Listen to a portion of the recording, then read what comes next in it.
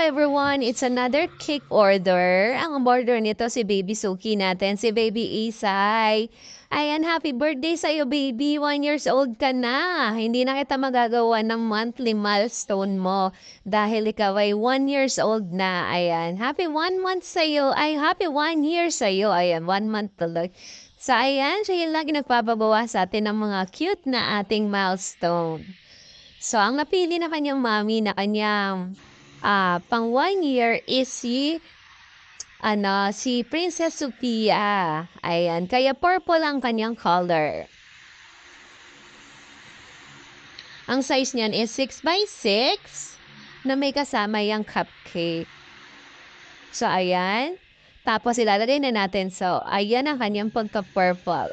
Diba? Nung sinend ko kay ma'am, nung finish na yung ating cake, sobrang natuwa naman siya. Kasi talagang purple talaga yung team nila. Lahat sila naka-purple nung nag-meet kami ni ma'am. So, nakakatuwa naman. Sobrang, yung cake natin, lahat sila ay naka-purple buong family. Ang cute. So, ayan.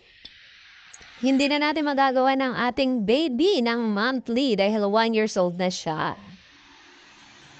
Tapos, nilagyan lang natin siya dyan ng rosette sa top, to gaya nung sinend ni ma'am na design. Tapos, ayan, ang haba pala ng pangalan niya. Ngayon ko lang nalaman ang buong pangalan ni baby. Ayan, kasi ang laging nilalagay lang namin sa kanya monthly is Iza. Buti na lang hindi laging pinalalagay ni mami yung buong pangalan niya kasi ang haba pala.